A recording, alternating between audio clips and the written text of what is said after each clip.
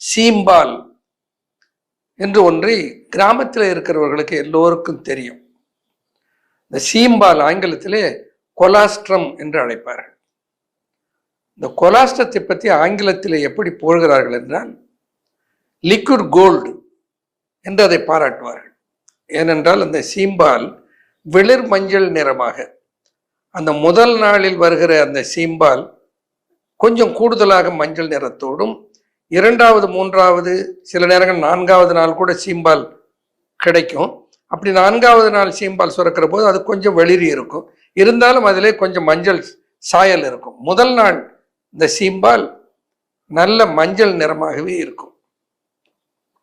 ஆகையினால அது ஆங்கிலத்தில் லிக்விட் கோல்டு, தங்கத்தைன்னா இந்த தங்கம் என்கிற சொல்ல எந்த சிறப்பான ஒன்றுக்கும் தங்கத்தை பயன்படுத்தும். உதாரணமா நபிகள் நாயகம் சொல்லுவார்கள், இந்த